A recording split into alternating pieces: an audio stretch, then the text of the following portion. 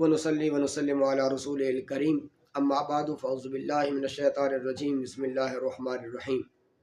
کیا چاند کا چھوٹا ہونا اور بڑا ہونا اور یہ کہنا کہ چاند چھوٹا ہے بڑا ہے، ایک روزہ کھایا جا چکا ہے یا کھا لیا گیا ہے، عید 29 کی ہوگی وغیرہ وغیرہ، ایسے الفاظ استعمال کرنا کیسا ہے؟ تو یاد رکھیے گا ہمارے پاس حدیث قرآن موجود ہے، قرآن مجید کے بعد حدیث مبارکہ کا درجہ ہے۔ ایک روایت ملتی ہے مسلم شریف کی روایت، حضرت ابو البختری کہتے ہیں کہ ہم سفر عمرہ میں تھے تو وادی نخلہ میں جب ہم پہنچے تو ہم نے چاند کو دیکھا، بعض لوگوں نے کہا یہ دوسری کا چاند ہے، بعض لوگوں نے کہا تیسری کا چاند ہے۔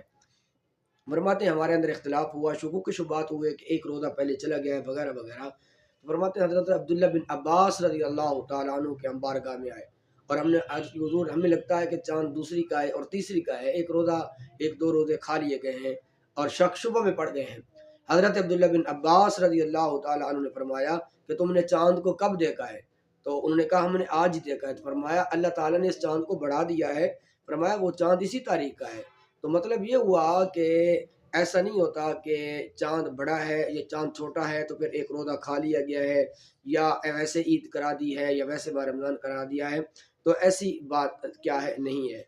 اور دوسری بات یہ ہے کہ سرکار دو عالم صلی اللہ علیہ وسلم کی زندگی کے اندر جو ہے ماہ رمضان آیا وہ تقریباً 11 مرتبہ آیا ہے، تو 29 بار وہ 9 بار وہ 29 کا تھا اور 2 مرتبہ وہ کیا ہے وہ 30 کا تھا۔ تو امید کمی کی جا سکتی ہے کہ ہو سکتا ہے ماہ رمضان 2025 جو ہے وہ 29 کا ہو، اور یہ بھی ممکن ہے وہ 30 کا ہو، یہ تو اللہ رب العالمین جانتا ہے۔ اور اللہ رب العالمین ہمیں عید کی خوشیاں ڈھیروں ڈھیروں عطا فرمائے۔